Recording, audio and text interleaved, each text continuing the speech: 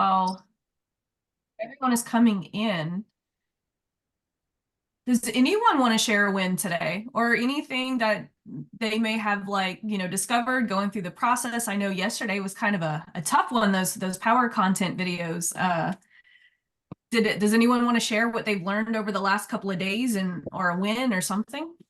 Uh, Laurel, can Yeah. I very quickly about the yesterday when you said niche down, everybody that joins the program thinks that we should talk to just one person. In reality, I'm a little bit confused because I'm one of those mind coaches, and so of course I can go broad, but now when you say go and specific problems, specific, because of course if I'm talking about productivity, now we have very serious problems like doom scrolling or whatnot. If we're talking about toxic relationships, it's a total different experience. So what's going to be, because I'm a little bit confused if I should create several campaigns, silos that are isolated from each and every other one, or I should go and just forget about everything else and just go niche down. But now, regardless of what you said yesterday, can you What elaborate did, a what little did bit? I what did I tell you guys yesterday? I was like, I'm gonna say something and y'all are gonna hear something completely different than what I told y'all, right? I called it because I know people, right?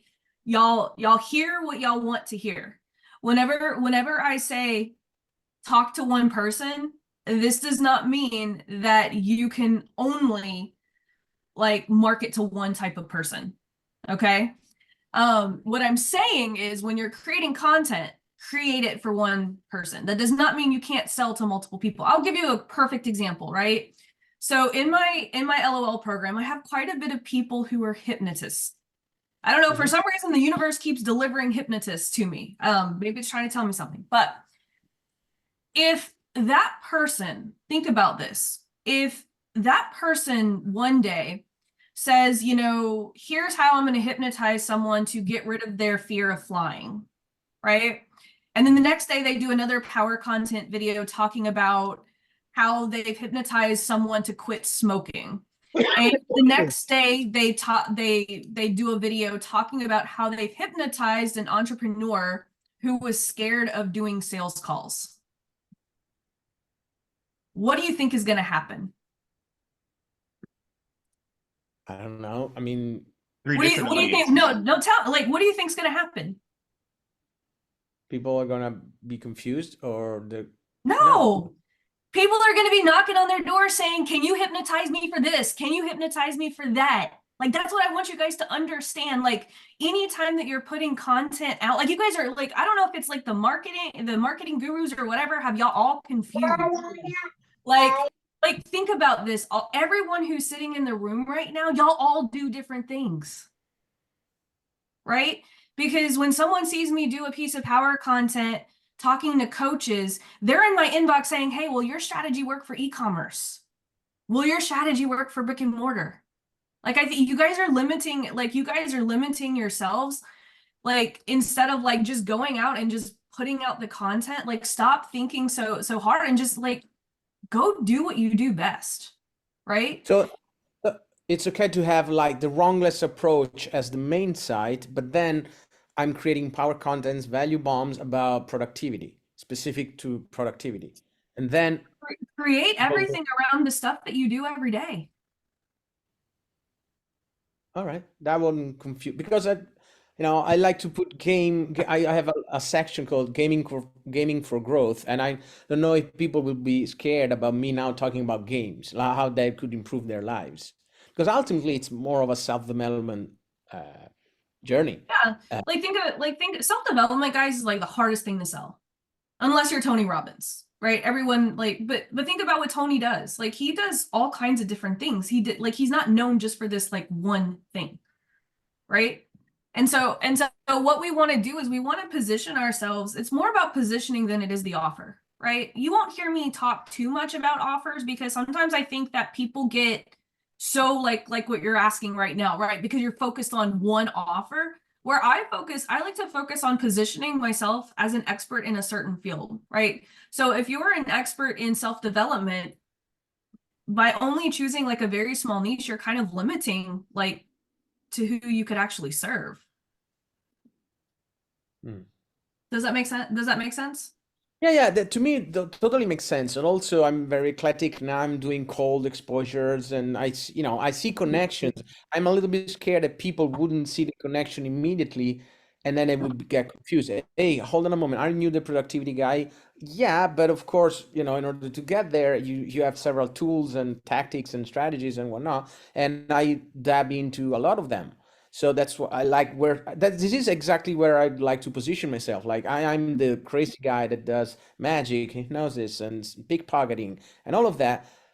And of course, there's an idea behind that. Of course, it's not just a hodgepodge of stuff, which is cool, but it's more of a, well, you can train your shame, and with pickpocketing. How does it feel when you get caught? And of course, I'm talking theatrical pickpocketing for Right. everybody. Yeah, Right. as a magician. But and you get the point, right? So I'm a little bit, because I'm very eclectic, and I like that. Like, the final branding, the final message, story brand is, of course, I want to, be the true self, be whatever, your potential, Yeah. etc. But now when, 100%. Did that answer your question? Because I want to make sure we get started today, yeah, and sorry, we do yeah, of have a course, lot. Because I yes, know people I are like, will, I we didn't will, get I that will. second script. We didn't get the second script yesterday, guys. We're gonna do it today. Like y'all had a hard enough time with that one script. I did not want to overwhelm you guys, and so today we're actually gonna go over 3 things, and so we're gonna rock and roll. I think everyone is in.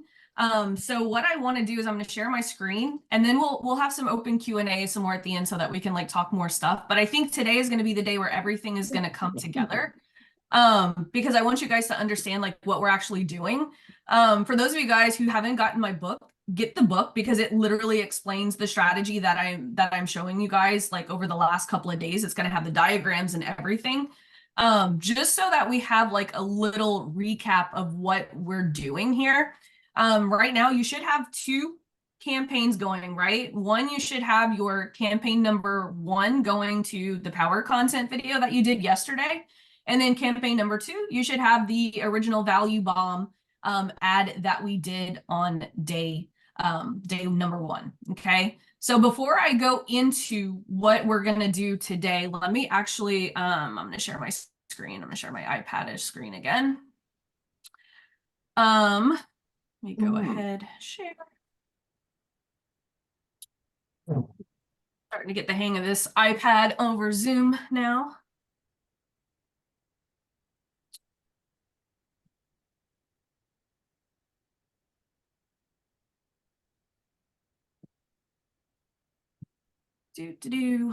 There we go. Okay. So I just want to kind of recap, and then I'll go into what we're actually going to do today. Okay. So what we're going to put together is going to be the very basic form of the ecosystem. Okay. Like if you just let this run all year, 24/7, once it's optimized, and we'll talk a little bit about how we're going to optimize this here, but right now I just want to catch everyone up. Okay. Right now, you should have 2 campaigns that are going to cold traffic. On day 1, we did the value bomb static image ad. And then yesterday, we did the power content video. Okay. So the power content video, you should be running for $5 a day. The value bomb ad, I always recommend $10 a day per audience. So we talked about running it to 2 different audiences, right? We talked about the layered audience, and then we also talked about the independent audience, right? Like targeting, like for me specifically, like maybe I might just target Russell Brunson. With the layered, I might stack digital marketing, and then they must also like lead generation. Okay. So these are the 2 campaigns right now that you should have running.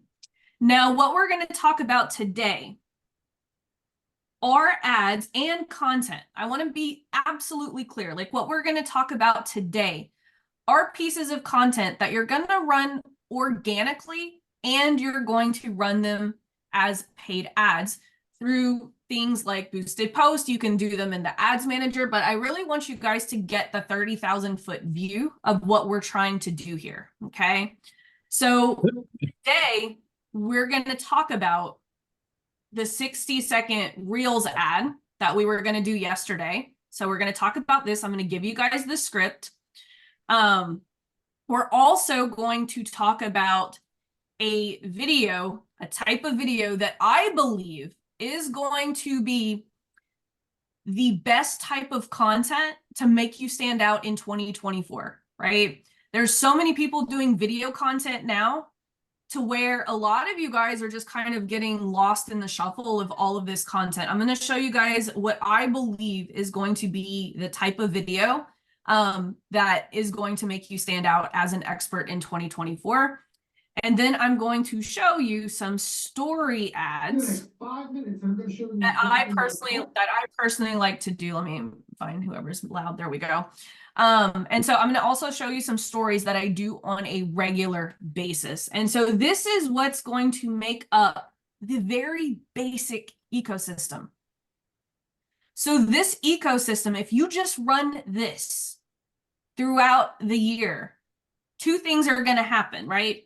Here, we're looking to build our invisible list, right? These are the list of people who are engaging with this video.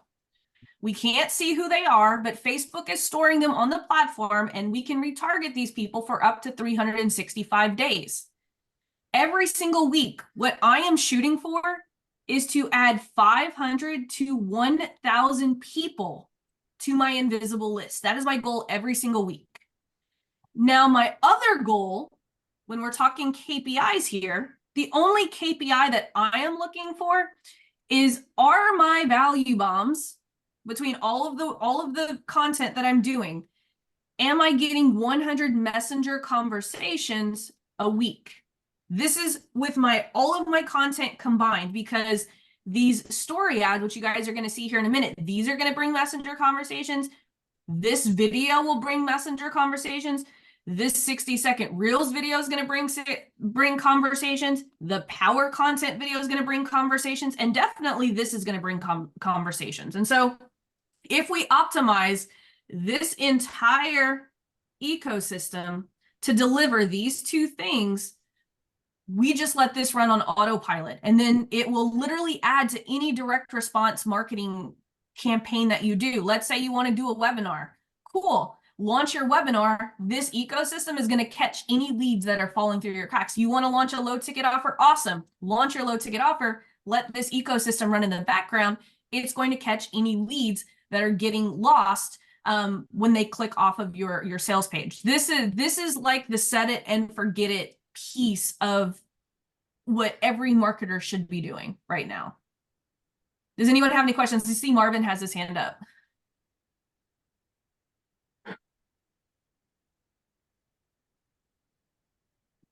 Nope. I think you're on mute.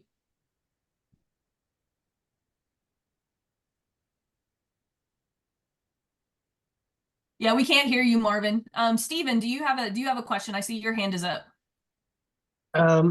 Yeah, because yesterday you mentioned the value. Sorry, previously the value bomb ad is for cold is $10 a day, but if we could run it to warm audience, we should.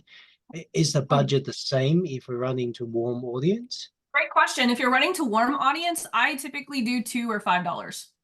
Okay, cool. Warm audience, because you're going to have less of it. And if you give Facebook $10 a day for warm audience, it's going to spend $10 a day, but the frequency is probably going to be high as hell, right? So so that's why I always start any retargeting with $2 a day.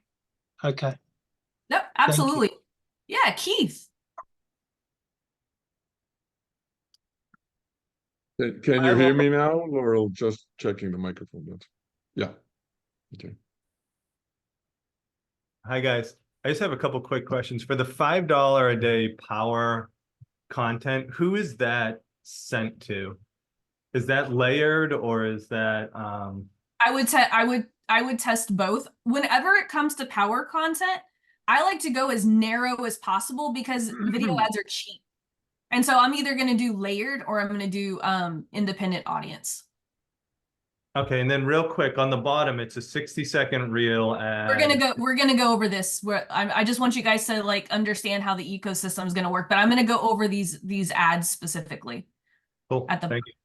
Yep, absolutely. Let's see who else has their hand up. Oh, Kathy. Yeah, quick question, probably just really simple, but my value bomb I've been working on, not getting any comments. How long do you keep that going? I'm gonna get to that. Okay, I'm gonna thanks. get to that. Yep. Nilifer.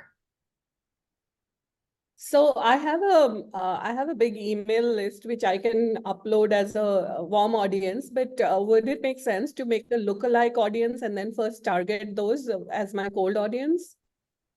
I don't recommend lookalike audiences for this specific thing because you don't know who's in that lookalike audiences unless you're going to add some layers to ensure that you're reaching the right people. So I add the lookalike audience and add the layers and then do it. Yeah, that's the way that I would do this. Only because these ads are super cheap, right? Because this is being optimized for video. This is being optimized for engagement. And so I want to get as close as Joel Irway would say to the conversion hole as possible. So I want to ensure that my ads are being seen by the right people. I don't want to gamble and hope that Facebook is showing it to the right people. I want to ensure that it is. Okay, thanks, Laura. Yeah, that's a great question. Genevieve. Yeah, just wondering on the invisible list, when do you count that? Is that a 25% view or a video view? Yep, 25% or more. Okay, thank you. Great question. Daniel. Hi, so I'm running my value bombs and my reels and my stories to my warm audience, and I'm deciding whether I should do $2 a day or $5 a day. What number of frequency is unacceptable or too high? So I will give you a very simple answer. I still run all of my retargeting for $1 or $2 a day. Unless you have more than me, then Which if you have a warmer audience than I do, I think $1 or $2 a day is fine. All right, thanks. Yep, absolutely. Marvin. Can you hear me now? I can. Okay, just quick question. Value bombs you run as comments on your Facebook feeds or Instagram feeds, and the rest you run on Messenger or whatever DMs. So for video, I run as a Value video. bombs. Let's say a value bomb is a post that I boosted through the manager to a cold audience. Now I do comments. I do engagement on the ad. So yeah, engagement, and it's comments on the feed. Basically, people write whatever they say, comment on the feed, and everything else goes to DMs. No, but I'm gonna go over that today. Okay. I don't like running ads straight to the DMs, but I'll show you where I do run one that goes to DMs. Okay. Yep. Okay. I'm gonna go over these here in a little bit. I just wanted you guys to like have the 30,000-foot view of like what we're actually building. And what about power content? Power content also just runs as a whatever. Power content is right here. Yeah, no, and that runs to Messenger, or that runs to comments, or that runs to what? That runs It's as a video. video. I understand that you're Video. collecting video, so there's nothing going on there. Just people watching the video. That's all you're interested in, right? Yep. 100%. Okay. Okay, gotcha. Now I Yep, got yep. it. Genevieve.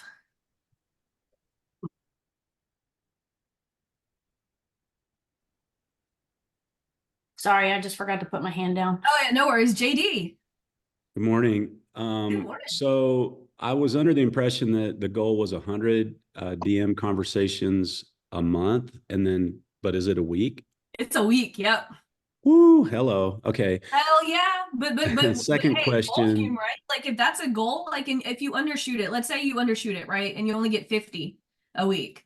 200 conversations a month, that's pretty darn good, right? Yeah.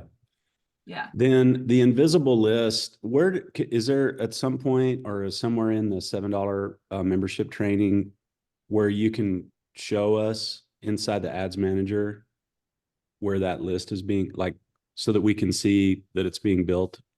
It's that actually in level? it's actually in the replay training that I gave you guys. There's a link to how to build your custom audiences. You just look at them and you can see them inside the metrics view, or you can see them inside when you're actually building the audience. Okay, from the first one of these you did, from the first blitz you did, that replay? No, from the replay like that I gave you guys yesterday. There's resources at the bottom that say here's Oh. how to set up your KPI metrics, and then there's one how to create your custom audiences so that you could actually see Okay, the audiences for this. cool. Yeah. Awesome, thanks. Yeah, Jay. Good morning, Laura. Quick question. Can you please go over the difference between the general audience and layered audience?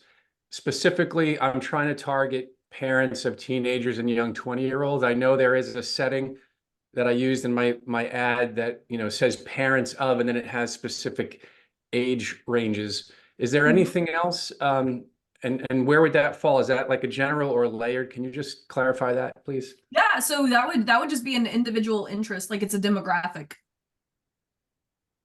Are there other things I can add to narrow that down, or is that the best? It depends. Who are you? What are other interests would they have? I'd have to, okay. I'd have to figure that out, but I could just add those on and stack those, layer those. Yep, 100%. Perfect. All right. Thanks. Yeah, you're very welcome, Billy.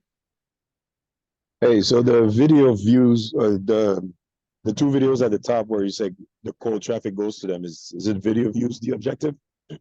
Yeah, so video views is the objective for power content, and engagement for these.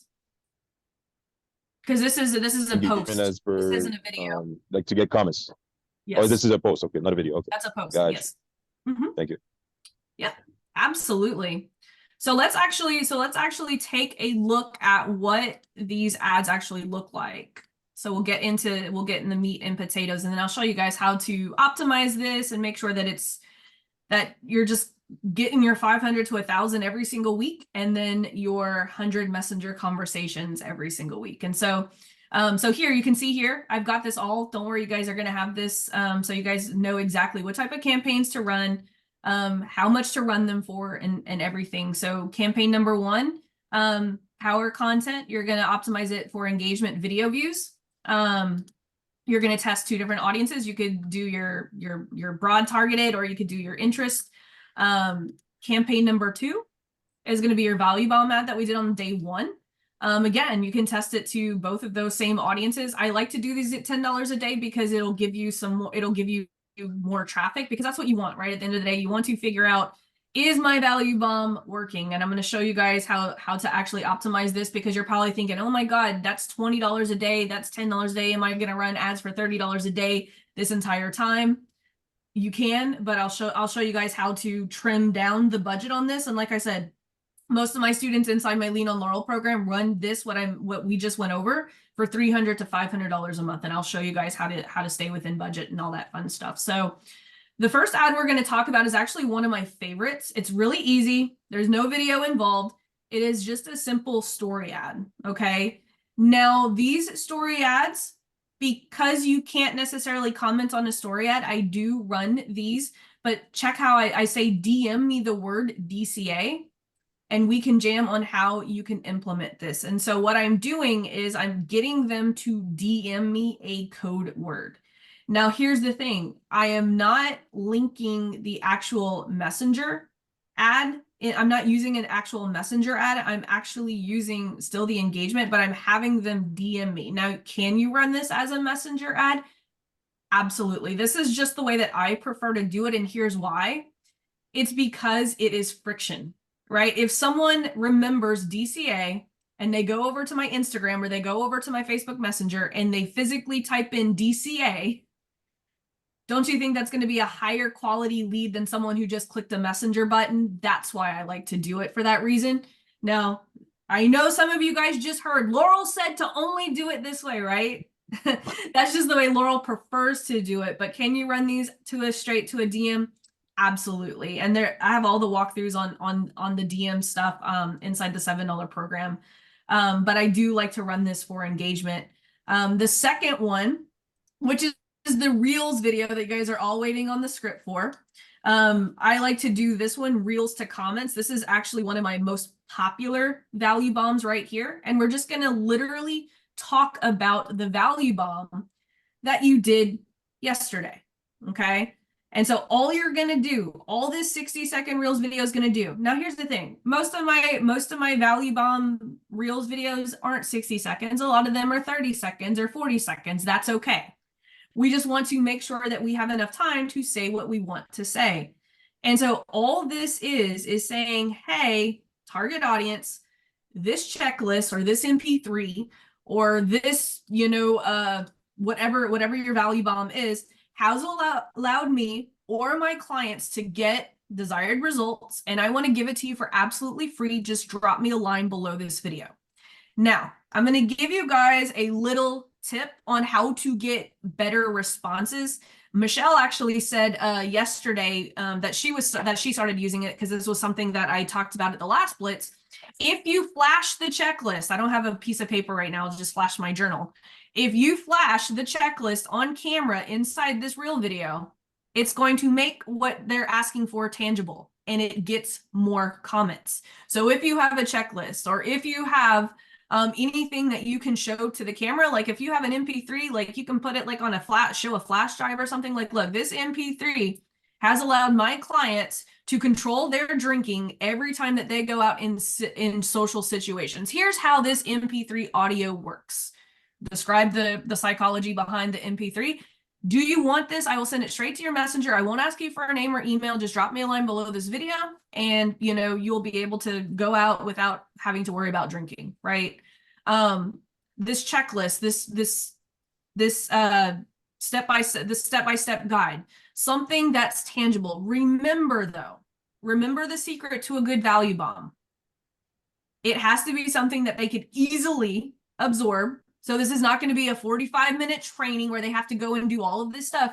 Remember, the whole point of this value bomb is to give people a quick win that they can have as fast as possible, preferably within 24 hours, but 48 hours is totally acceptable. But we want to make sure that our value bomb is something that's going to be easy for them to grab, like something that they can just easily do. And right after you delivering it to them, they can go and do it within 10, 15 minutes and experience some type of win.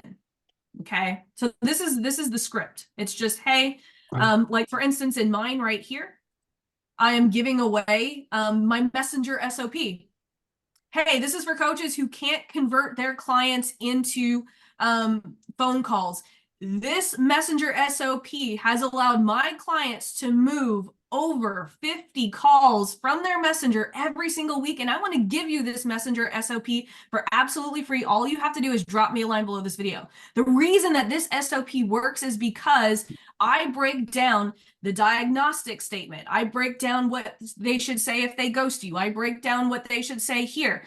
The reason that this works so much is because it's based on being helpful. I tell my students, act as if someone has just paid you $500 to solve their most immediate problem in the next 10 minutes. Drop me a line below this video and I will give you this SOP so you can literally start moving people from your messenger to a phone call today.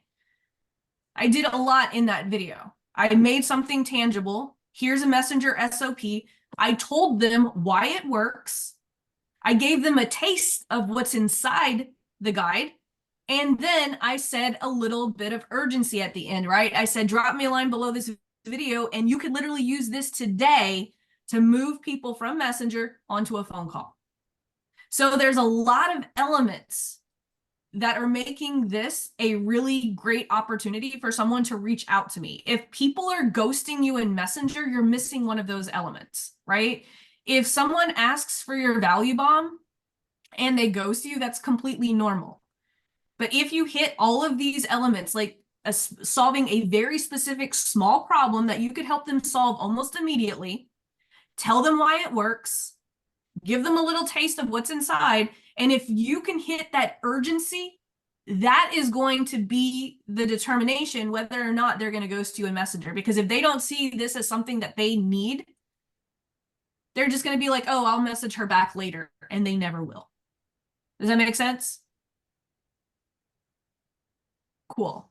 What I'm gonna do is I'm gonna stop sharing my screen really quickly. because I know I kind of flew through that script. Does anyone have any questions about that? So an SOP, standard operating procedure, is just a messenger script. If you're in business, by the way, you should know what SOP stands for, just saying. Not in picking on anybody, but that's like it's kind of a major thing you need to know when you have a business. Laura, may I ask a question about the story ad since you went through that pretty quickly? 100%. Okay, so I did a story ad, but I think the mistake I made was maybe doing video. So I did like a video clip and then I did the screenshots of basically people raising their hands and the results they got from the freebie. Do you have any like tweaks or suggestions there? I think Do I that's just perfect. like, oh, okay. I think that's perfect. Like sometimes, like I just love flashing like client results, and that's what's important about the story ads. Like I have a Lean on Laurel student who owns a gym, and it's a very unique gym. It's an online gym dedicated for, it's actually called the Queer Gym. So obviously it's for, you know, for gay people, and it's a safe space. And the gym's not about losing weight. It's about having a community of healthy people working out together in a safe space, right? And so she doesn't necessarily have all of these testimonials of people like dramatic weight loss or anything like that. But in all of her story ads, she shows like screenshots of like Zoom calls. Hey, we just finished another, you know, and she's got these unique things. And so she's like, hey, do you want to check out the workout that we did today? I put it out on this checklist. You know, just send me the word DM me the word, you know, couch potato, and I'll send it to you in Messenger. Okay, perfect. And I think I love that. It just reminded me, I ran my last ad to Messenger, and I'm wondering if that caused a bit of friction. And so now I'm going to try it with just having like the code word.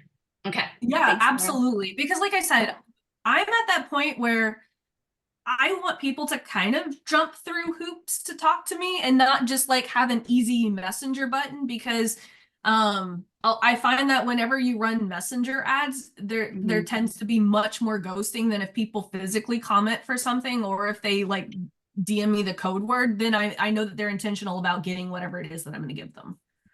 Awesome. That was so helpful. Thanks, Laurel. Yep, absolutely. Billy. So if you don't give a guide, right? Because I offer to listen to music artists' music on the live show that I do weekly. How would you go about that?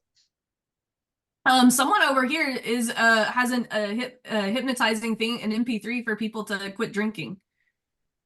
Like a value bomb doesn't have to be like a cheat sheet or anything like that. Like it could be like an MP3, it could be a video, it could be a quick Loom video. It just something that they can execute or use as soon as you give it to them.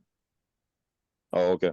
Yeah, because I offer to listen to their music so that they can submit it, kind of thing. So it's not really something like that's tangible that I want to give them to use, but I was just thinking how I could approach that with what you mentioned right there. So I would think of something that is, so I like that, but I would like that to be the second step, not the first step. Like that, like Gotcha. Yeah. like usually assessments would be like a second step because it's a little bit more friction because you have to listen to it, find the time to get back to them. That first interaction needs to be something that we could instantly give them that dopamine hit. Gotcha. I know that All right, sounds cool. bad to say, but it like gets them excited about something versus having to sit there and wait for something. Right. Okay. Sounds good. Thanks. Yep, absolutely. Steven. In the script, I noticed there's no mention of the problem that it solves. Is that fine? Or is it, do you think it would be helpful to also mention what problem it solves in the script? Yeah, so if you go back to the script, right, notice how I said, hey, target audience. I was like, hey, if you're having issues converting messenger conversations into booked calls, this checklist has allowed me. So I include like target audience. Like when I define a target audience, I don't just say, hey, coaches and consultants. Like whenever I say target audience, I'm talking like remember how I said pick that one person that you're going to talk to. That's how I define a target audience. Okay, got it. Thank you. No, that's actually great. That was actually a really great question. Let's see, Power. Very quickly, I'm a little bit confused now on. I totally get the value bomb idea that it's quick win and everybody's happy. 24 hours, fine. I don't understand now the relationship with the power content. Is it just the explanation of that cheat sheet freebie thing, or it's different? It's different. All right. I don't want to take time. If you have Go if you back tell and me, watch go back and watch the replay from yesterday because it explains it actually explains in the actual script template. but I'm going to talk about the value bomb in the script, right?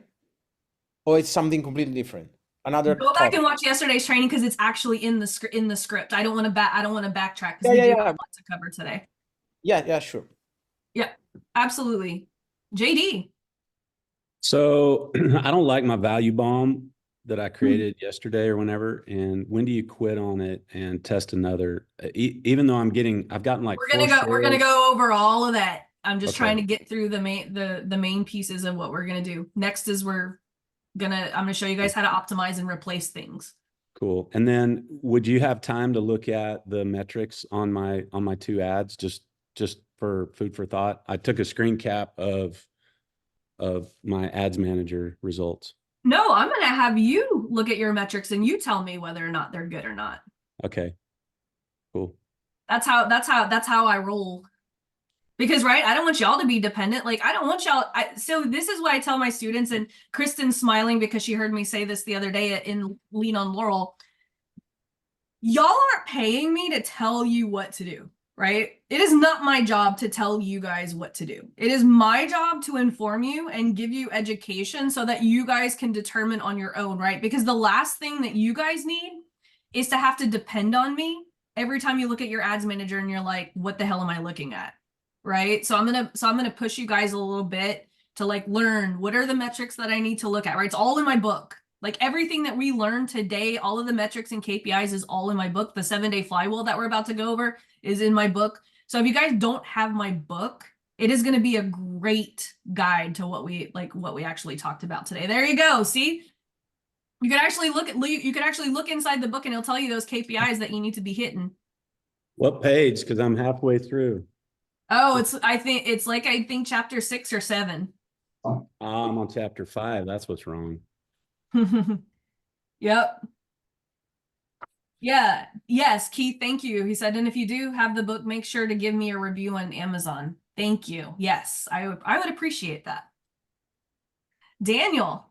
When you're running story ads, you're doing for post engagement, but what do you is it post engagement? But like the second menu that you click down, what is it? So you guys just want me to do it real quick for you? Sure. Let me get into my ads manager real quick. Yep. I don't mind going over that. It's really quick.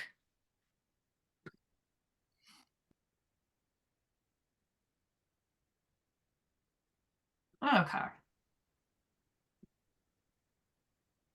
So what we're gonna do is we're just gonna hit create and we're gonna do engagement. And we're always going to choose manual engagement campaign. I never want Facebook to have any control over, what it is that I'm doing. I'm going to hit new engagement campaign. I'm obviously going to name everything, but the engagement location is going to be on my ad, right? So I'm not going to change that. I am going to engagement type, post engagement. I'm going to set my budget at $2 a day. I am going to choose switch to original audience options, use original, even though Facebook's going to tell me not to because I want my custom audiences. So I'll just go and grab all of my warm audiences that I built, my pixel audience and all of that fun stuff. I want to make sure that this is unchecked. Don't want Advantage custom audience. Now there's one thing that we're going to have to do, and we're going to go and we're going to edit our placements and we're going to switch to manual. Because if I'm running a story ad, I only want it to run in the story placement. I don't want it in the news feed. So I'm just going to go and I'm going to uncheck everything except Instagram stories and Facebook stories. I personally am an Instagram person. I like Instagram stories better. Can you run it in both? Abso-freaking-lutely. And then all I'm going to do is I'm going to go to the ad level. And all I'm going to do is I'm going to hit ad preview on because I want to see it. And what you can do is you can use existing posts or you can create an ad. It doesn't matter. It's a story ad. But what I'm going to do is if I add image, it will actually allow me to go into my Instagram and it'll show all of my posts here. So you can see some of my story ads here.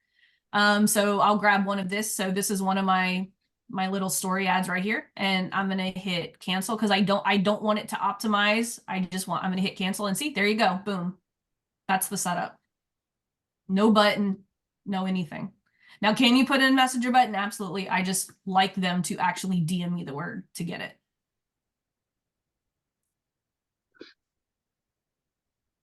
Good? Did that show you what you needed to see? Yes, thank you. Yeah, absolutely. Let's see.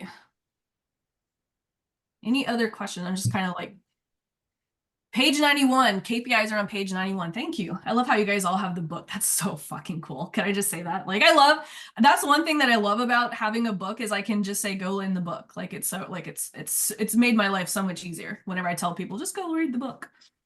Laura, I real have a quick. question. Yep, Sorry. absolutely. It just was on when you were doing that, and so I struggle with the audiences. I think I get overwhelmed and confused because I have so many audiences in my ad manager. Do you hit the website tracking on that? Because it brings the pixel up, like my tracking pixel, like on when you do that ad. Let's see. See where it says the tracking? Oh yeah, because I don't need to track anything because this is an on-platform action. Okay, so I don't need to do that when I'm doing these? Not when you're doing a story ad, you don't have to. Or the Okay. video ads or anything like that. You only need to like do like all of this stuff whenever you're running conversion campaigns. Okay, Yep. thank you. And then Laura, just real quick for the story ad, what is the objective that you have? Is it engagement? Yep. Okay. So the objective is engagement and the conversion event is on the ad and On the ad, engagement type okay. post engagement. Okay, thank you. And then you have to remember to go and select only the stories. Oh, so it's Thank you. conversion for engagement. Well, it's not a conversion ad. It's just a conversion event it's not a conversion ad. Facebook's okay, just gotcha. asking where it wants the event to be, like the on-platform action to be tracked. Gotcha. Yep. So Gail just asked a really great question. Is there a good place to learn about the ads backend? Yes, there is. The Facebook advertising blueprint by far. That's why I don't have any of that stuff, because the Facebook advertising blueprint already has done a really great job of teaching like the technical part of the ads manager and all of the stuff like that. And so that's why I don't include it in the program. I do link it in the program though. And the best way to learn it, honestly though, just follow my videos step by step, like pause the video, just do what I do, because sometimes what I find is that students who go and try to learn the ads manager learn a whole bunch of other things that just confuse the heck out of them. So if you just follow my step-by-step videos, you'll learn your way around the ads manager pretty quick. Yeah, and the back end of Facebook changes every single week. Like even sometimes when I'm doing these live trainings, something will be new and I just chill and I'm like, okay, cool, Facebook changed this, let me just click a whole bunch of things and figure it out, right? That's what we have to do as entrepreneurs. We just have to figure it out. I see Nakia smile and she knows you just got to do it as an entrepreneur, right? You just got to go with the punches. Okay, so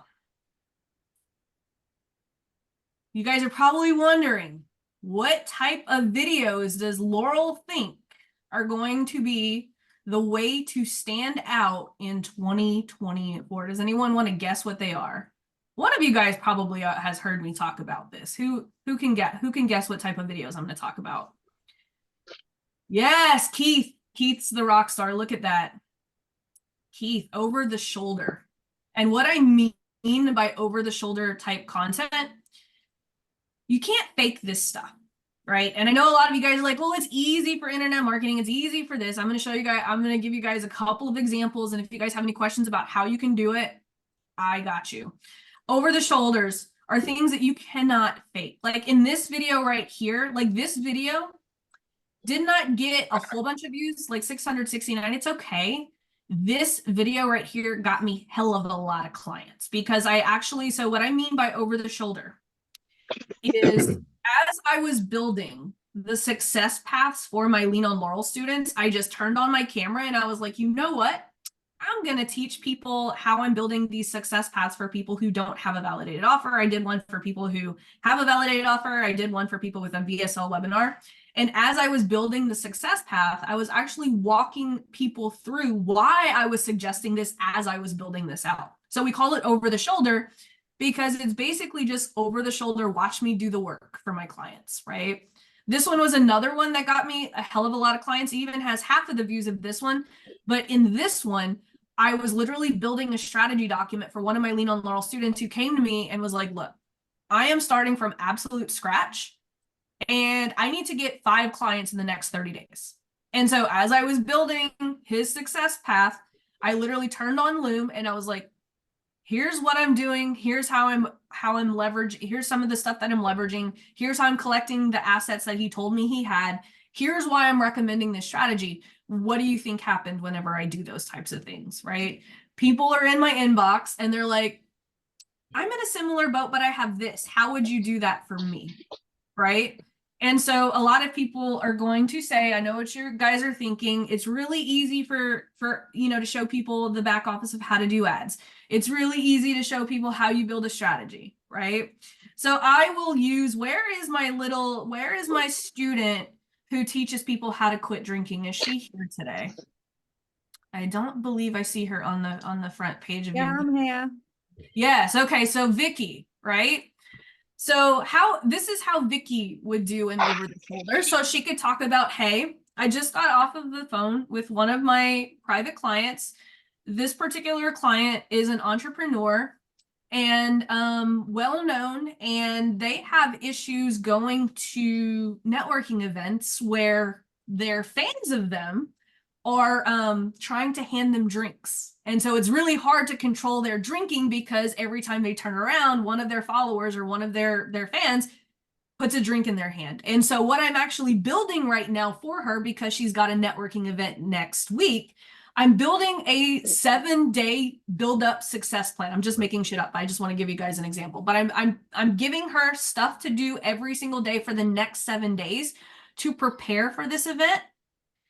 And this is what I'm going to tell her to do at the event. And I'm going to walk you guys through, as I'm building this for her, I'm going to talk about why this works, why she should be doing this, all of the red flags that might go wrong during this. And I'm going to make sure that she is prepared to have everything that she needs before going to this event. And she's just going to talk her through. Does that make sense?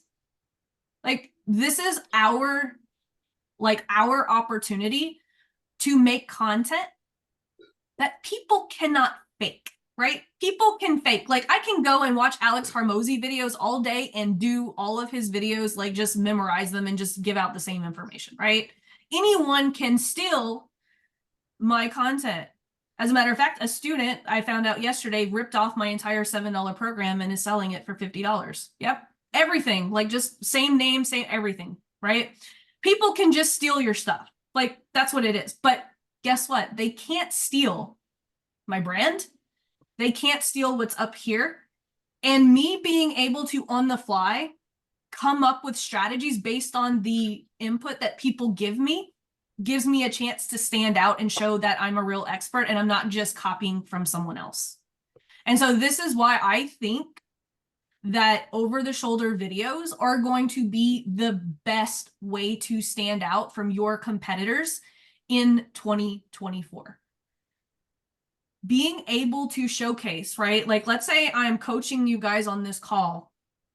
That's an over-the-shoulder type of video too, because I can take a clip of, let's say I'm looking at Michelle right now, right? Let's say Michelle has a really great question and I'm coaching her through something. I'm showing my audience over the shoulder the advice that I'm giving to Michelle, and they're actually getting to experience me in a live situation where it's not prepped and I don't have all of the information prepared and I'm memorizing anything. Like, they can see me on the fly, give someone straight up information.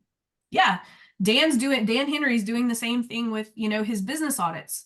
Like, by the way, all of you guys here, whether you like Dan Henry or not, should be watching those business audits, because you learn a lot from those business audits. Like, the way that he helps people through offer creation and gives them their pitch at the end of those business audits is freaking that there's more value in that than there is in a lot of high ticket programs, just by watching his business audits, by the way. But I believe that these over-the-shoulder type videos are going to be the way for you guys to stand out. Yeah, they're on YouTube. Nilifer, you have a question? Yeah, so I do coaching and healing, and Mhm. I've been kind of recording these little 5-minute, 6-minute videos where I take someone through a specific problem. So could I use those as over the shoulder ads?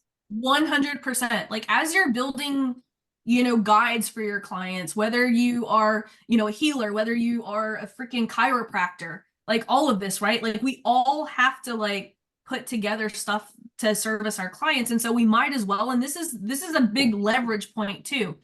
Like people always ask me, Laurel, you put out so much content. It is because every time that I'm doing any type of work, I turn on a camera and I walk people through what I'm doing, why I'm doing it, how I'm doing it, and it's content, it's leverage. So I don't ever have to plan my content. How many of you guys, if you get in front of the camera and you just have to talk or write a script, it fucks you up? I'm one of these people. Like I cannot just on cue be like, hi, my name is Laurel Porte, and today I'm going to show you how to do $5 ads, right? Like I can't do it. Like it sucks. And so like I feel most comfortable when I'm actually doing things. And so that's just the way that I choose to do content. And that's the way that I like to actually watch content too. Like my favorite videos to watch on YouTube are the ones that are actually showing me something. They're the ones that I hate watching the most are the ones that are well produced and got words popping out and fire coming out of their heads and all of that stuff. Like those are the videos that I just tune out. And I think that people are flocking to more over the shoulder type videos because a lot of people can't tell who's real and who's fake anymore because everything is just so produced. And when you're in a produced situation, it makes it really hard. I'm looking at Kristen right now. So Kristen's a boudoir photographer, right? She could literally do an over the shoulder. The obvious over the shoulder, right, would be behind the scenes of a photography studio and all of that. But one of the ways that can make her stand out is she can turn on the camera and be like, look, I get it. Like so many women are afraid to do boudoir photography. And sometimes as being a boudoir photographer, I have to work on mindset with so many women because they have this fear, they have body issues, or they have something. And so I have a woman who's coming in next week. And here's how I'm helping her prepare for her photography session so that she actually feels comfortable doing it instead of coming in and being afraid behind the camera and all of this stuff. And she can like list, like, here's a protocol that I use with women who are, you know, afraid. And what is that doing at the same time? It's meeting a potential client where they are right now, who's having those same thoughts. And they're like, oh man, that is so cool. Kristen is doing that for her. So it's not just about photography, it's a lot of mindset too. And so it gives Kristen an opportunity to stand out when all the photographers are like, come see my fancy studio. They might choose Kristen because of the prepared framework that she gives her clients before they come in and do a photography session. So it's just a little bit, it's just a little way to like actually go a little bit outside of the box from what everyone else is doing. Nilifer, you have another question? Yeah, so with the healing, you know, I'm not sure if people are going to be very comfortable being on camera. So if I get like an audio of it and then put a image on top, something like that, would that work?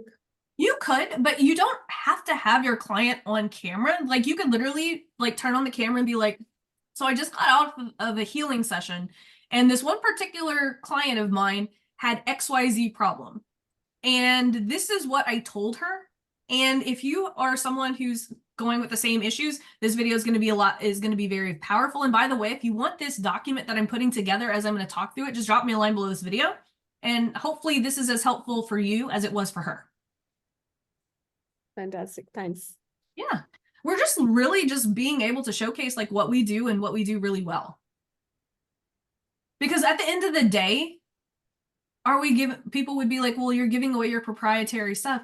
No, we're not. Like, it's the same reason why we go to we all know how to lose weight, but we hire a personal trainer for accountability. That's why most people look to us is for like accountability, help with implementation.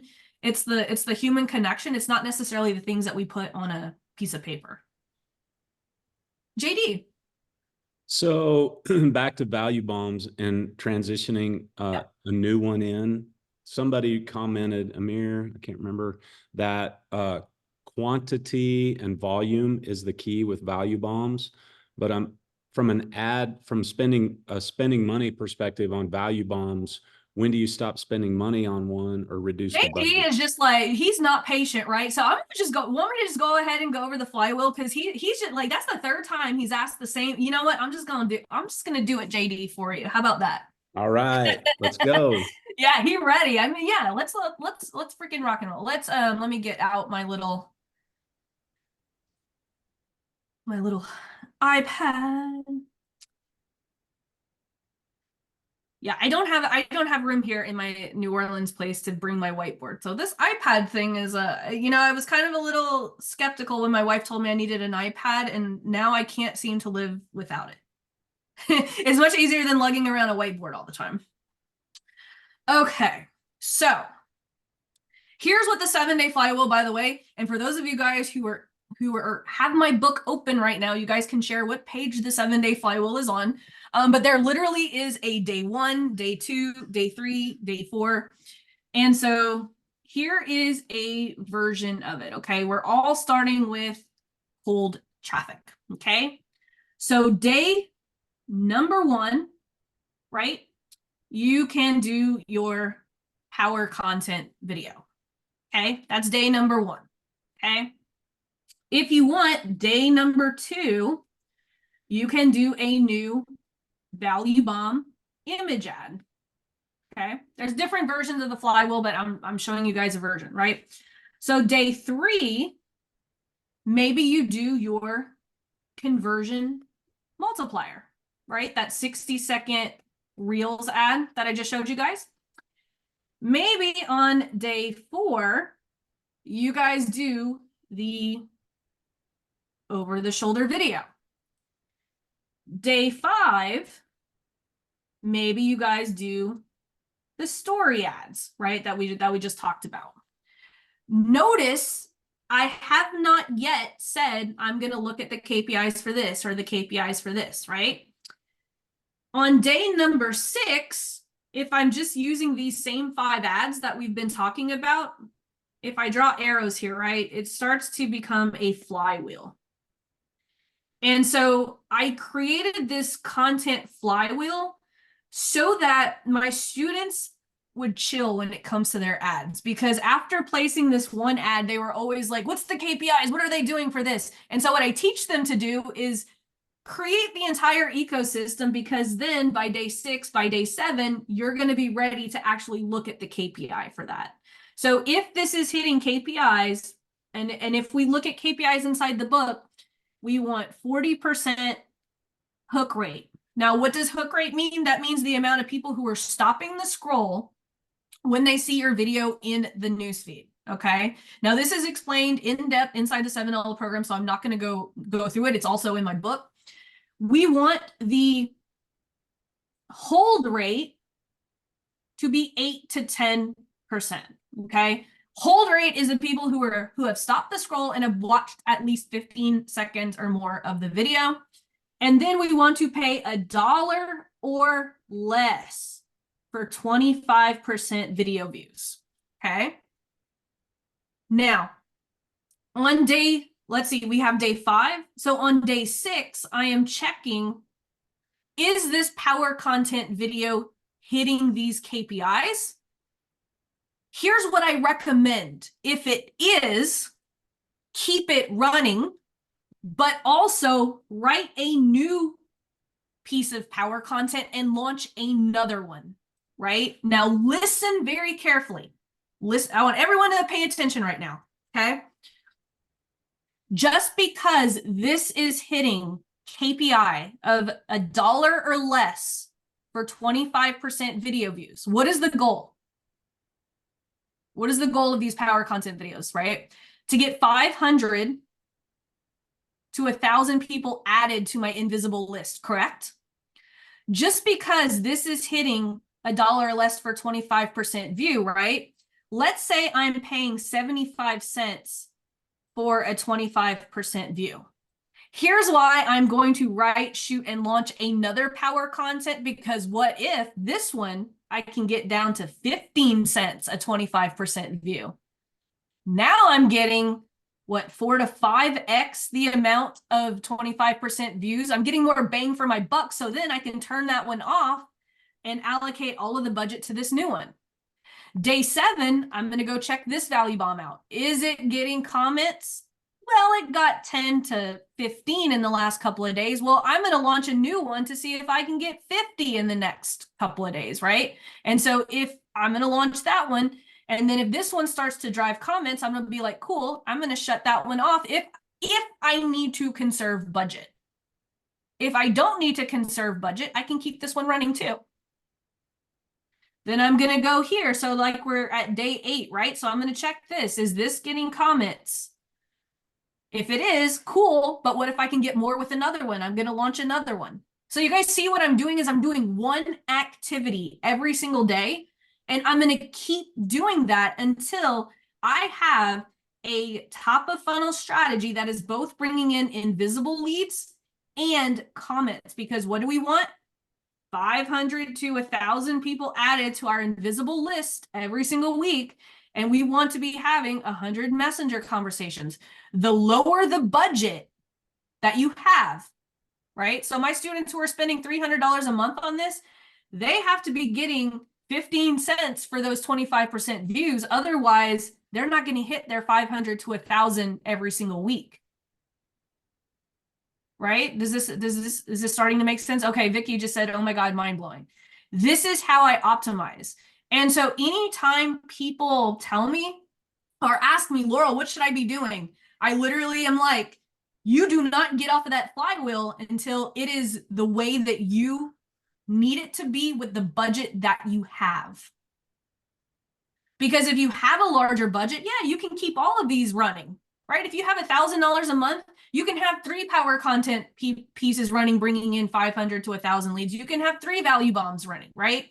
But at the end of the day, we have to ensure that all of these are bringing in conversations. All of these are bringing in leads. We have to make sure that people are DMing us, and we don't stop until we have an ecosystem that is consistently bringing in 500 to 1,000 in our invisible list every single week and 100 messenger conversations. 5 days is plenty. I do 5 to 7. So what I don't want you to get caught up on is I did it this way because we worked on these 5 ads over the last couple of days. But if you look at my book, I actually tell you to do 3 pieces of power content. So day 1 is power content number 1. Day 2 is power content number 2. Day 3 is power content number 3. Day 4 is conversion multiplier number 1. On day 5, it's conversion multiplier number 2. On day 6, it's conversion multiplier number 3. And then on day 7, we go and look at the power content. So it doesn't matter what your flywheel looks like. It just has to make sense for your budget. Because the lower the budget, the more this has to be optimized, and the lower you need to get your cost per messenger conversation and lower the cost per power content video. JD, did that satisfy what you were looking for? Yeah, it helped because each content bucket has a specific goal. So that really helped me a lot. For the power content videos, the goal is the cheapest 25% video views that will add 500 to 1,000 per week to my list. And then for my value bombs, it's basically 100 messages a week. And my value bomb that I launched on yesterday or the day before isn't generating any comments, and therefore it's not generating any message interaction. And so, I need to be thinking, well, I need to do this, but in the back of my mind, I'm going, okay, it's not hitting the goal. So I want to be thinking about what value bomb is going to engage comments that will lead to DMs. Is that right? Yeah. Yes, 100%. And so Christina, I think it was Christina, she just asked a really great question. Where can I fit in the Discovery Call Accelerator? This is actually the Discovery Call Accelerator. Let me explain, right? So if we look at this, right, we have to look at the whole ecosystem, right? You have cold traffic, you have your power content. Oops, cold, right? You have your power content here, you have your story ads there, you have your over-the-shoulder video here, and then you have your 60-second Reels ads here, right? The Discovery Call Accelerator says, right, if we look at remember the triangle, if you need the most volume of people to see your offer, that's what that value bomb that I taught you guys how to do on day one, it falls into here, because when you need to validate an offer, you need to have as many messenger conversations as possible, right? When you just need volume, let's say you're getting your 100 conversations every single week and you're like, whoa, like I am bringing a lot onto the phone, but there's a lot of people who could be qualified a little bit more. We're going to add a little friction here. Then we're going to go, instead of value bomb to messenger, we're going to go power offer to application. Because if you're having 400 conversations a month because of the volume, you're going to know what your offer is going to be. You've had 400 conversations in a month. You can write a power offer now. You know exactly what your audience needs, right? Then once you're having 5 to 10 calls a day from this strategy, right? Because it's going to push volume. You need to add friction. Well, I'm getting a whole bunch of people on the phone who aren't as qualified as I need them to be, but I have a high call volume. We're going to add more friction. That's where your VSL. So you're doing add to VSL. So you guys see, this is all the same strategy. It's just the way that you execute a direct response funnel. That's the only thing that changes, is the way that you execute the direct response funnel. But it's the same, but it's the discovery. This whole strategy is a Discovery Call Accelerator. Like if you look at this is a beginner version of the Discovery Call Accelerator, because you need volume of messenger conversations. And so that's why we have 100 messenger conversations a week. I suppose what I was asking was probably not an accelerator to qualify them better, because I deal with Google ads as well, and I get a lot of consultations anyway that way. This way you can end up with loads and loads that aren't qualified. So yeah, so that's why you have to step into it here. Like if you have the volume of people, you might on Facebook just run a VSL ad and then let the ecosystem catch all of the downflow from the ads. But that's why I'm teaching you guys how to set up the ecosystem first, because once you deploy one of these, the ecosystem is going to catch all of those leads that didn't move forward through the funnel. Cool. Great.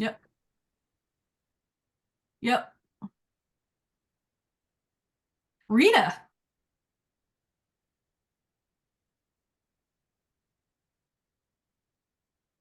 Hi, Laurel. Hey. So I have a question about I think it's the power page, the power content with the CT at the end. Is that the power page? So I wanted to know, is the over-the-shoulder video the place where we do that CT at the end? Yep, you would do. Great question. Yes, you would do a CTA here at the end. Okay. And it's going to be a longer form video, right? Because here we only want 3 to 5 minutes on these top of funnel power content, but our over the shoulder, that's a type of power content. We're just going to have a CTA at the end because it's for middle of funnel. Okay. And that one, when you say longer, it can be 10 minutes, 15 minutes. Oh, it can be, I have some that are like 45 minutes. Okay. Thank you. Yes, that is a great question that I forgot to mention. So thank you, Rita, for asking that. Jay. Yeah, I have a question about adding in a new value bomb ad. So do if I'm going to add a new one in, does it have to be a post first on my Facebook page, the business page? And if so, is it going to, how does that come across? It doesn't have to be? No, you can test them. We call them dark posts when we post them in the ads manager, and it's going to a targeted audience versus like if you're testing an offer, like let's say you don't know who your audience is, right? Like I have a student in my LOL program. She doesn't know if she wants to serve as chiropractors, if she wants to serve as business coaches, or if she wants to serve real estate. We have 3 different types of value bombs that are going to 3 different types of audiences inside the ads manager, just to see who's going to bite on her value bomb, to see who she wants, just to see who she wants to do an offer for. Okay, yeah, that's close to what I'm thinking. And so that would just be an ad created in Ads Manager. It wouldn't have anything to do with a post on the page. Correct. Yeah. When you're testing your niches or you're testing an offer, you can do them in the ads manager. Perfect. Thank you. Yep, absolutely. Steven. Hi, Laurel. I remember you mentioned in another training that the power content should be trending to less than $1 per 100% view somewhere in another training. That's an old video. All of the videos in the program have been updated now. Okay. I've got another question about problem and situation. Is this good time to ask, or do I need to wait? Yeah, let's see if we have, let's finish talking about what we're making sure that I get all the questions about this. And then if we have time, we could absolutely talk problems versus situations. Okay, thank you. Yeah, you're very welcome. Nilifer. Hi, Laurel. I wanted to ask, how do you track all your messenger conversations? Like if you're having 100 a week, how do you track them? In my messenger. Okay. It's not as hard. I know it sounds really hard, but it's really not. Like if you you just have, like, the way that I look at it, it's kind of like one of those things you hear Dan Henry talk about, circle of focus. That's one of the things that are most important to me. So that's the things I focus on, is just where am I having enough messenger conversations every single week? Now you can, in the $7 program, I do give you guys a spreadsheet that I used to use when I used to have messenger conversations. So if you go into the 7-day organic marketing sprint, I think it's on the last day, I give you guys a spreadsheet for that. Thank you. Yeah, but I've just made it an everyday part of my life now, to where I just open up my phone when I'm at the airport, when I'm traveling in a car, or any time that I have like some off time, I'm opening my messenger and I'm just tending to my messenger conversations. Yeah, no, so the question I wanted to ask is, so, if you've kind of talked with someone, do you archive it so that, unless they, message you back, it won't pop in your thing? Is there a practice that you follow like that? I do archive, yeah, when I'm talking to people on my business page, but I try to avoid talking to people on my business page. Honestly, that's why I run on Instagram. I focus on one. I like to have my conversations on one platform, and so that's how I kind of keep it more organized. And I love to have conversations on Instagram. Thank you. Yeah. So I'm gonna address Dave's question. Dave, can you unmute yourself? Because I want to address this. He says, I think I'm confused because every time I watch a video that explains the ecosystem, it looks a bit different every time. I would like to address that, because yes, you are correct, but I want to hear context behind that.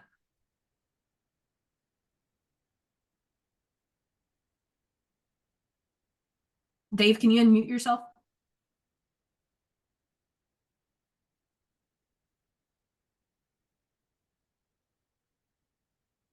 Come on, Dave, you can't just throw that in the chat and then like not be able to answer it.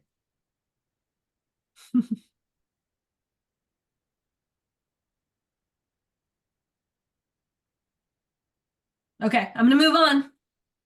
Mr. Keith. Hi. Real quick, is there ever a situation where you would not use power content and just use reels or value bomb ads up front to cold traffic? Why? I want to know the context behind that question. So my clientele is all on Instagram, and they're all very savvy with Instagram. And all of their content is always, there's no long form content. And up to this point, they've been, my reels and value bombs and the short, quick things get way more initial focus at bringing people in versus longer form content. Yes. So short form content is for getting new eyeballs. You need the long form for conversion. Otherwise, how many of you guys ever bought a high ticket program from a 60-second Reels video? I doubt anyone in this room has bought a high ticket program. Like, Reels are great for eyeballs and starting conversations. You need long form videos for conversion. But can the long form be just into the warm traffic, or does it have to be to cold traffic? I guess that's the question. I like 3 to 5 minutes for cold traffic, because if people are watching a certain percentage of a longer form video, I know that I'm bringing in high quality leads into my invisible list versus someone who's just watching, you know, a Reels video for a certain percentage. Okay. Because Reels videos, at the end of the day, Reels videos don't have much substance unless you're giving away a value bomb, right? Like, the reason that I do this type of Reels ad right here, oops, it's my eraser. The reason that I do these types of Reels videos is because of the question that you just asked, because my clients were like, where do Reels fits into this? And they're like, well, Alex Hormozi. Well, yeah, Alex Hormozi also says, I have nothing to sell you.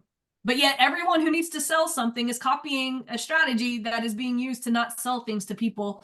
And so that's why I created, well, if we're going to do Reels videos, let's make them more intentional and let's actually create some type of value. Like, and so I was like, well, we'll use them to give away the value bombs, because if you just do a whole bunch of 60-second videos, it's just, I don't find that the quality of like leads are there from just people who are watching 60-second videos.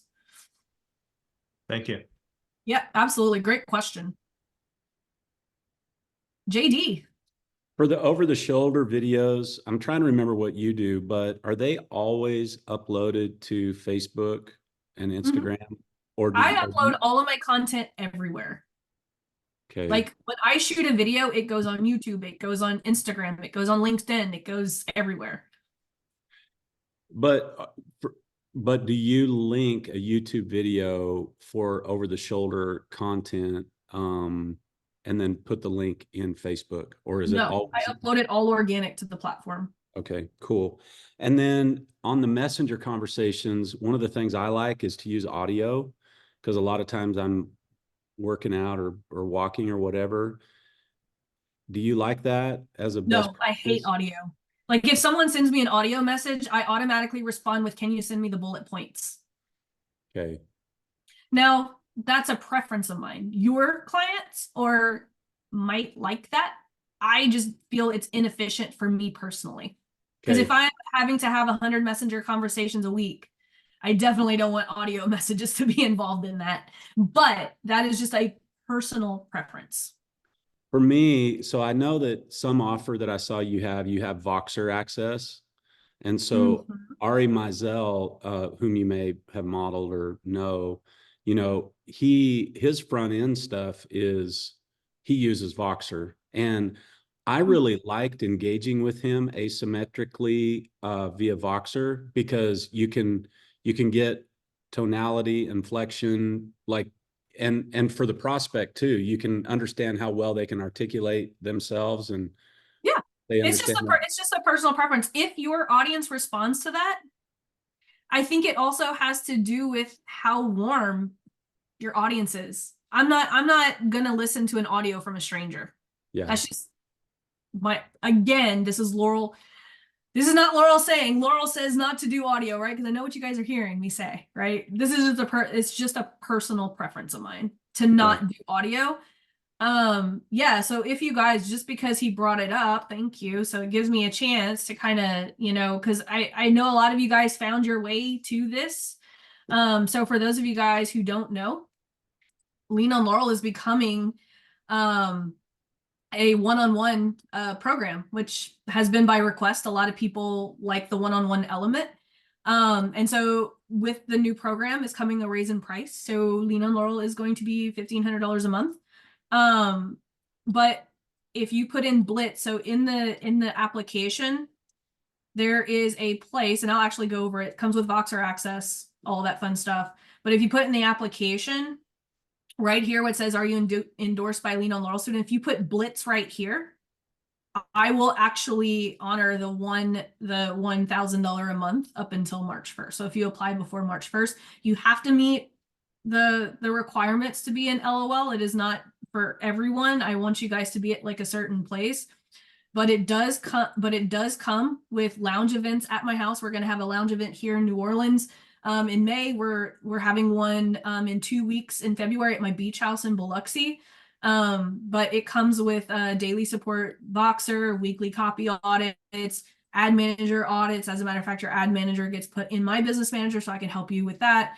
We've got, weekly support through Zoom as needed, but if you guys are interested in that, I don't want to turn this into a pitch or anything like that, but I know some of you guys did find your way to it yesterday. So, but yeah, all of the resources for the replays are going to be put here. The replay page, if you didn't get it, it's adswithlaurel.com/janblitz is the URL. But anyway, we'll get back to questions.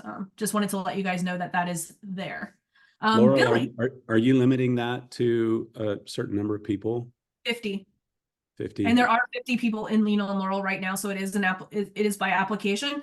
But I do know that probably once I move into the one-on-one, there's going to be some people who are going to quit the program, so there's going to be open seats for you guys to snag.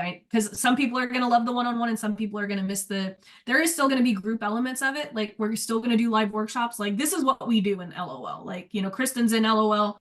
There's a couple of other people who are here in LOL, but it's a lot of this, like what we did over the last 3 days. But I am actually yeah, just go read. It's adswithlaurel.com. You can see all about the one-on-one. It's all in detail of what that's gonna look like. But I am gonna be doing these blitzes because some of you guys aren't at 10K a month yet. Like, Lean on Laurel doesn't really make sense unless you're making a certain amount. But I'm gonna do these blitzes. Pretty much, I'm right now on plan to do these 3 days every single month. And so we're going to help you guys get there as fast as possible. So if you're not at 10K a month and you want more, just sign up for the next blitz. We're going to be doing this every month. We're going to spend 3 days together and we're going to get you there. I think that these blitzes are super important, and you guys seem to like them. I see most of the people who are at the last blitz are at this one. And so if we do start to have that, the same people over and over again, it gives us an opportunity to optimize further and further and further. So I like that.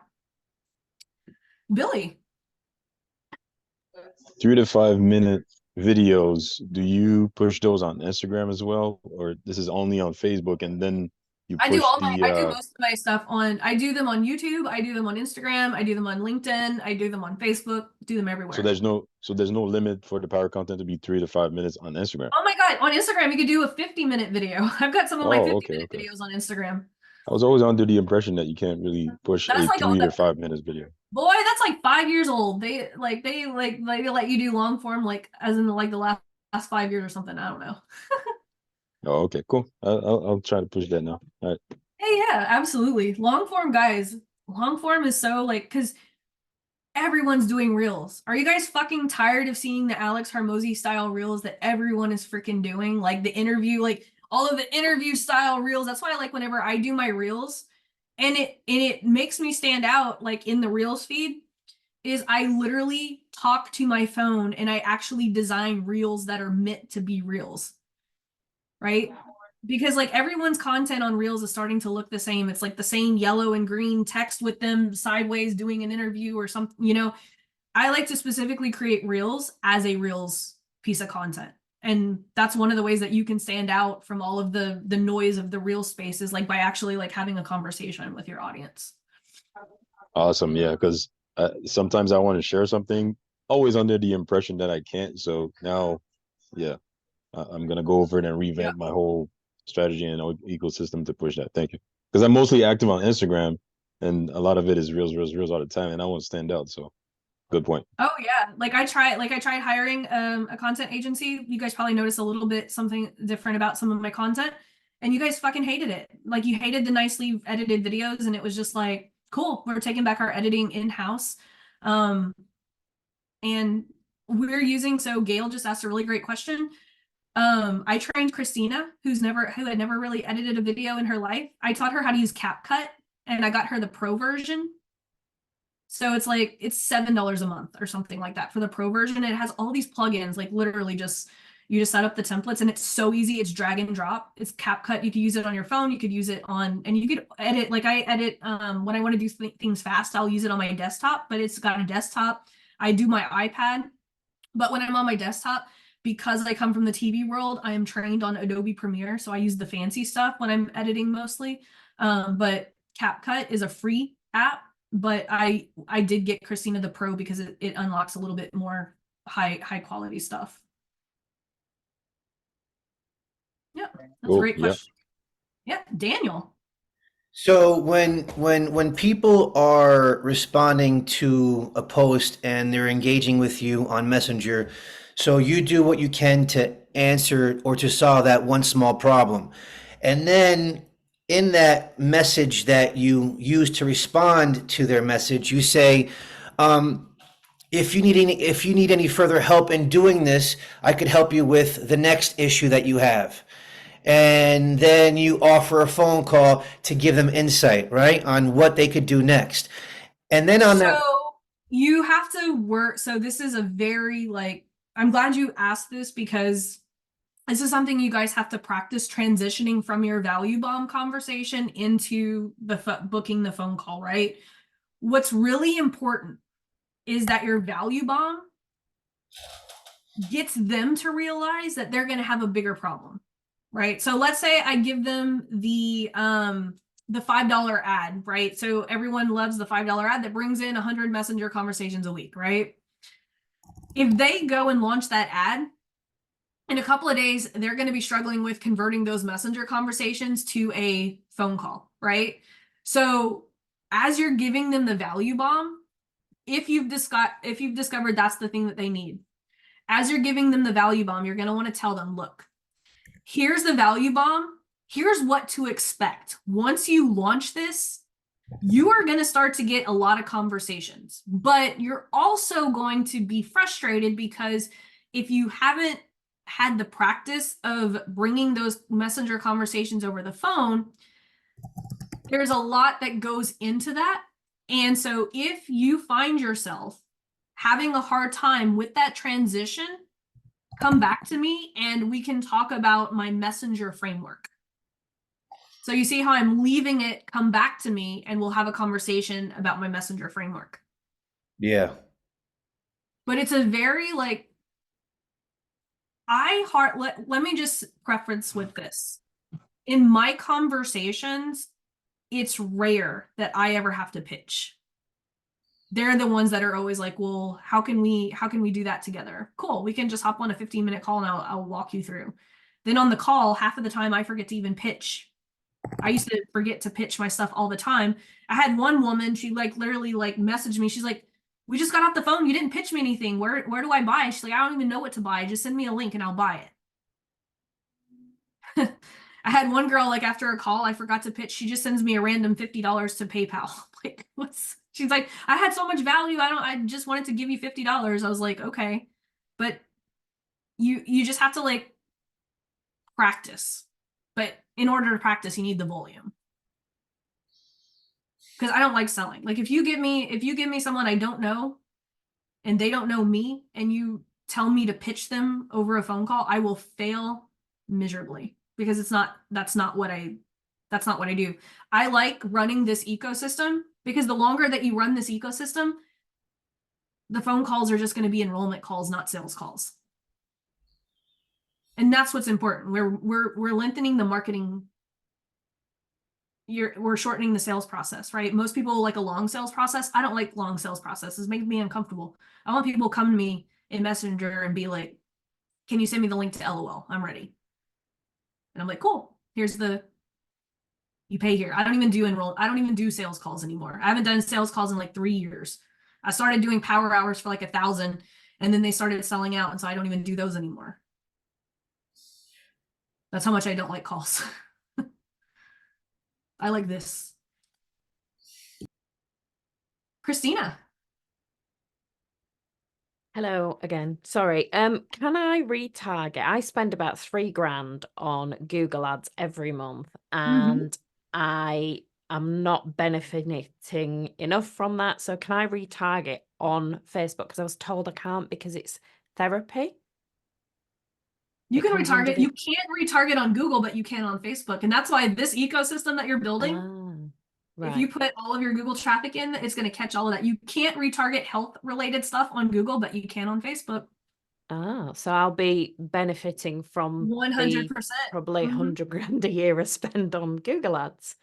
You just by the way that you told me that, if you can retarget, like get this ecosystem up ASAP, there's some quick wins in it for you. I guarantee anytime that I show someone who has traffic already, they always get a quick win with the ecosystem because all that traffic's just sitting there.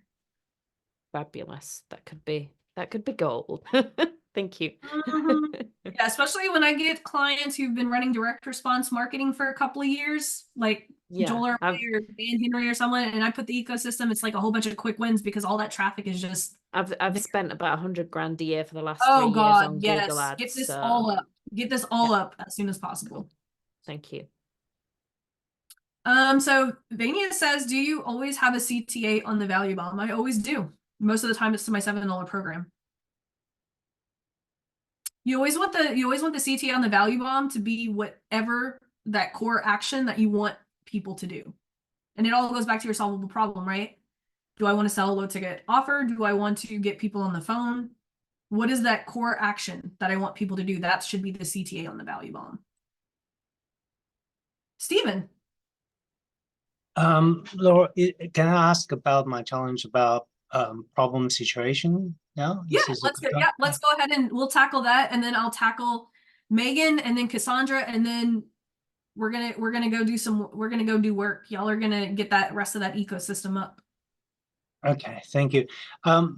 For me, the challenge with situation problem is like situation. There's a problem that contributing to the situation, but then that problem also have compounding factor that contributed to the problem, that you can almost argue the problem is a situation as well, and there's something that's always leading to that problem in the first place. So I'll give you an example. So if someone can't have energy and focus, it's because they don't have good sleep.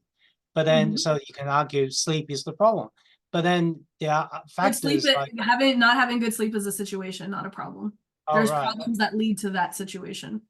Yeah, so how do I find that? Because then there's you keep going. Like you literally start with a situation, and then like, so for instance, right? Well, just do it, right? So low energy, right? What's the situation, or what's a problem? Like even if you like bad sleep, well, that's still a situation, right? There's problems that lead to bad sleep. So what are all the problems that lead to bad sleep? Racing thoughts, like you can't stop thinking. Okay, racing thoughts. Situation. What is it? What are all the problems that lead to racing thoughts? All the problems that lead to stress during the day, being an entrepreneur. Those are all factors that can't lead. Those are still all situations, so I'm going to make you go down even further. What are all the problems that entrepreneurs are dealing with every single day that are leading to racing thoughts? Financial stress, acquiring customers. There you go. That acquiring customers still a situation. Let's go down even deeper, right? What are the problems that are leading to not being able to acquire customers? This is how well we need to know our clients right here. Yeah. This is the real work. And this is why you should be having 400 conversations in Messenger every single month, right? Because what they tell you in Messenger is going to lead to all of these problems that you don't have to figure out because they're just going to start telling you. Because right now, a lot of you guys are guessing. Like I can tell just by the conversations, a lot of you guys are guessing. What this ecosystem is going to do is you're going to realize that everything that you thought about your prospects is completely wrong. That's why it's important. This is why it's important to do this work.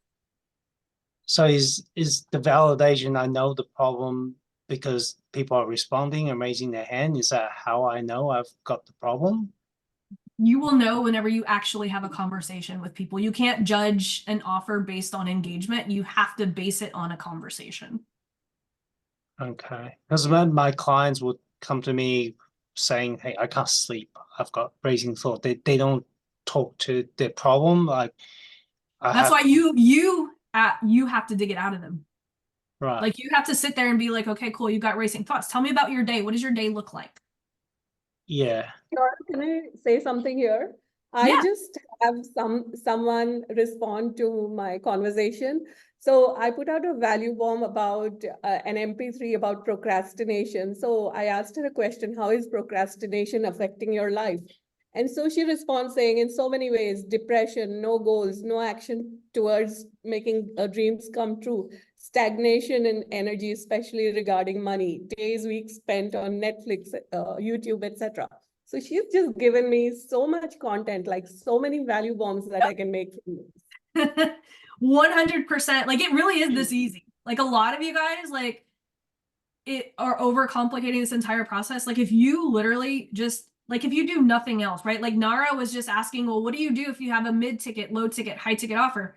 Remember, go back to day one. What is the core thing that you need people to do? If you need cash flow, am I going to do a low ticket offer? No. If I need cash flow, I'm going to start with a high ticket offer and I'm going to build my entire ecosystem on getting phone calls to sell that high ticket offer. Like I have $7 program and I have Lean on Laurel. You guys won't see ads for Lean on Laurel because my core thing that I want people to do is the $7 program because Lean on Laurel's full. Does that make sense?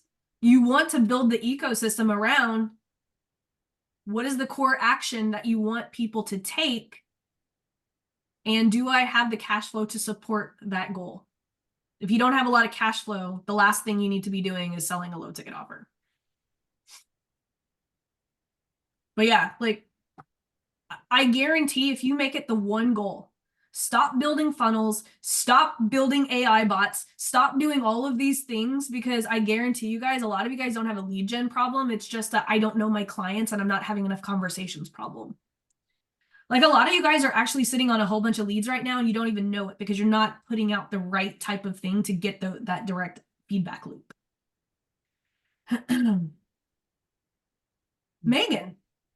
Okay, so my question is about real estate target audiences in Facebook Ads Manager. You don't need them. Okay, that's what I was gonna say. On Monday, you had said to not put anything for targeted details. Is that correct? Mm-hmm. Yep. You don't need targeting for real estate because you mean for like real estate leads? Yes. Yeah, you don't need to do any targeting. Okay. Would I put in the location at least? Yes, location for sure. Okay. And always in your content, make sure that you are saying your location in your content too. Okay. Yeah. Right. Like value bombs, like, oh my God, real estate agents like you have such opportunity because real estate agents don't want to do this type of work.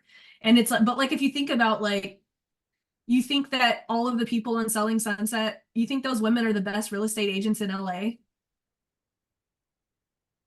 No, but why does everyone go to them? Because they know them. They're the ones that are in their faces all the time.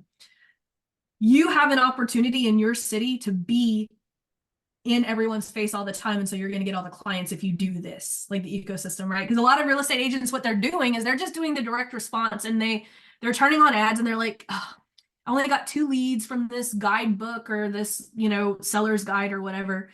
But what they don't think about is they're still competing with all of the other real estate agents in the city. But if you're the one that's on, like, think about this. Remember back like 10 years ago or 20 years ago, because I'm getting old, 20 years ago, you used to have to spend, I was working in TV 20 years ago. That's hard to believe. Like back in 2002, right? The real estate agent that got all the clients was the one that spent the most money on TV commercials, billboards, bus stops, bus wraps, all of these things, right? Now you could easily become the go-to real estate agent in your city and actually reach more people than the people that are spending thousands of dollars on billboards with a $5 ad. Mm-hmm. Right? And so like all of the value bombs, like especially like what city do you live in? It's in Venice, Florida, south of Sarasota. Oh, my parents had a friend that lived in Venice, Florida. So as a kid, we were always in Venice, Florida. I used to go Wow. and collect shark teeth because they were Oh all yeah, shark tooth capital of the world. yes. And so like if you said something like, you look, what is the average median house cost in Venice, Florida? 450. So 450, right? And so like, let's say you could do a value bomb, you know, hey, you know, median house, you know, costing 450, but what I could show you 3 properties that are under 400K that are just 1 block away from the beach, want the list, drop a line below this video. Like you can literally have infinite number of value bombs that reach all the different pockets of people, whether you're selling luxury real estate, whether you're selling budget real estate, beach real estate, just anything, like you're infinite, like just use value bombs. And that's how you could actually segment your leads that are coming in based on value bombs. Okay. Thank you. Yep, you're very welcome. Number 1 mistake, though, that real estate agents make. As a matter of fact, when I was looking for my beach house in Biloxi, I had messaged several real estate agents who never freaking got back to me. Real estate agents suck when it comes to social media. So always follow up, whether they're ready to buy now. Like if they ask you for that guide, put down in your notes, hey, they're not looking to buy now, but in 6 months, and then follow up with them in 6 months. Because I guarantee you, if you follow up, you're going to get them as a client. That's my one complaint with real estate agents is they suck with follow up and follow through. Cassandra. All right, quick question. So when you're doing your long-form power content and retargeting, what's the CTA for that one? Is it still for like the value bomb, also like the next steps in the process? So say that one more time. It was a little muffled. Say that one more time. So, I put up my volume. I should be able to hear you. Yeah, sorry. So like when you're setting up the retargeting with the longer form content, so like the over the shoulder, let's see. Yep. So what's the CPA for that one? Would it be like the value bomb or the next step in the process? So it depends. Okay. So do you need more messenger conversations? Because if you need more messenger conversations because you need more volume, let it be a value bomb. If, however, you're having enough messenger conversations and you want to send them to book a call, you could say, you know, hey, drop me a line below this video or click the link if you see one and let's schedule a consultation, because then you can move that into the ads manager with your application. Got it. Okay. So it all depends, right? That was such a great question. How the CTA in the retargeting is going to depend on, remember that triangle that I showed you guys a while ago? It's all based upon where am I with volume. Perfect. Thank you so much. And I was gonna end things there, but one of my favorites, Michelle is really kind to me about a week and a half ago, Michelle, and I really appreciate you for reaching out, by the way. And so I'm gonna end things with Miss Michelle. Amazing. Well, I just wanted to share a celebration. So I was in Laurel's Blitz last month, and then it was crazy because I implemented all this, and seriously, you guys, like, I think in less than a month, right? Last Blitz was, I'm looking at my calendar, on the 11th. December, yeah. Yeah. And then I actually booked 2 painful clients. Yeah, from doing a consult. So if you do this, I think my biggest mindset block that I hear a lot of you saying, and I just want to encourage you, is like we keep hearing like 100 messenger conversations and we make it this big thing. But I honestly am like, while I'm waiting outside in the parking lot for my daughter's theater, I'm like having conversations with people in the DMs. Like it doesn't have to be like this super like try to organize. I think that's where my brain went automatically. And then I was like, okay, you know what? I'm just going to like have all these conversations, and then just being able to like do the consults and all that, like this process works. And I wanted to share that because I actually am getting messages, Laura, I'll have to share with you in my DMs. Like, hey, I see it's working for you. Like, is this gonna work for me? And like, honestly, it's going to work for you. Just put in place, just like after today, do the, like for me, my biggest goal is doing the story ad, because that's something I need to make sure I have in this ecosystem again. Since my last one, I did Messenger, and this time I want to do the engagement as the, as what the objective is. But honestly, like if you put this into place, like, yeah, just do it. It's gonna be amazing, and we're all rooting for you. And yeah, that's all. Thank you so much. And your check's in the mail. No, I'm kidding. But no, like one thing to remember before we go, because I see Steven's question in the chat or concern. I'm going to address that here in a little bit. But the main thing that I want you guys to like take away is it just takes time. Like if you guys, like, I know a lot of you guys weren't here when I first started 5 years ago. It took me legit 9 months to get traction, to be able to have all of these conversations. But to Michelle's point, she's only been doing this for 30 days and already she's getting messenger conversations. Think about this. She doesn't have to do as many two steps because the volume is coming to her. I'm at a point where I don't have to do 2 steps because volume comes to me. And that's where we want to get to a point where it counts if someone reaches out to you in Messenger as a messenger conversation. So it's not just it's not you having to reach out. It's just 100 messenger conversations a week. That can count from someone watching a power content video and coming to your messenger and asking you a question like what she said, will this work for me? Right? And so to address the question, you know, or concern that Stephen says about having, you know, his challenge about being able to identify a situation versus a problem, keep doing the exercise until there are no more problems that you can't, like, because at the end of the day, you're not saying that you're going to solve that specific problem, like, you know, how we went down to entrepreneurs being stressed out of the day because they can't acquire clients. I'm not asking you to solve the problem of can't acquire clients, but using that statement to draw in your ideal clients who are having that situation so that you can bring in your solution. Does that make sense? We're just trying to get to the problem so that we can pinpoint those ideal clients, because a lot of you guys are staying too broad and your clients don't know what you're actually going to help them with. But if you're like saying something like, hey, you know, are you an entrepreneur, you're stressed out about acquiring clients, and that's leading to racing thoughts that lead you to lack of sleep. Give me the next 4 minutes. You see how I did that? How I walked them through, you know, if you're an entrepreneur who can't get clients, that's leading to freaking out, racing thoughts that leave you without sleep and your energy, this video is for you. Give me the next 4 minutes. But I'm taking them down that path. You see how much more powerful. So what do you guys think is more powerful, right? You know, if you said something like, hey, you know, being an entrepreneur and acquiring clients is freaking hard. Most of my clients experience racing thoughts that lead to bad sleep, and therefore they have no energy to only do the same thing over again. That's number one. Or do you have racing thoughts that lead to sleep loss? Which is more powerful? Number one, right?